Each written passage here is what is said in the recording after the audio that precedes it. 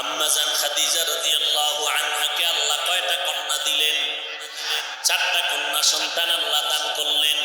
নবী বলেন, আরে উম্মতের দল, আরবের মুশরিকেরা কন্যা সন্তান পছন্দ করে, কিন্তু আমি নবী, রহমতের নবী, আমার কোনো ছেলে নাই, আমিও 4 কন্যার বাবা।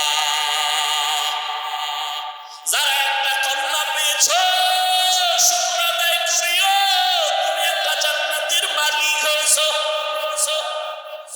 যারা 2টা কন্যা সন্তান পেয়েছো, তুমি 2টা জান্নাতের মালিক। যারা 3টা কন্যা সন্তান পেয়েছো, তুমি 3টা জান্নাতের মালিক হয়ে গেছো। যারা 4টা কন্যা পাইছো, 4টা কন্যা সন্তানের মালিক হয়ে গেছে। এক বাবায় কন্যা পেয়ে খুশি, জান্নাতের মালিক হয়ে গেছে। মাইয়া কই? কয় না, গ্রামীণ ব্যাংকের মালিক বানায় দিছে।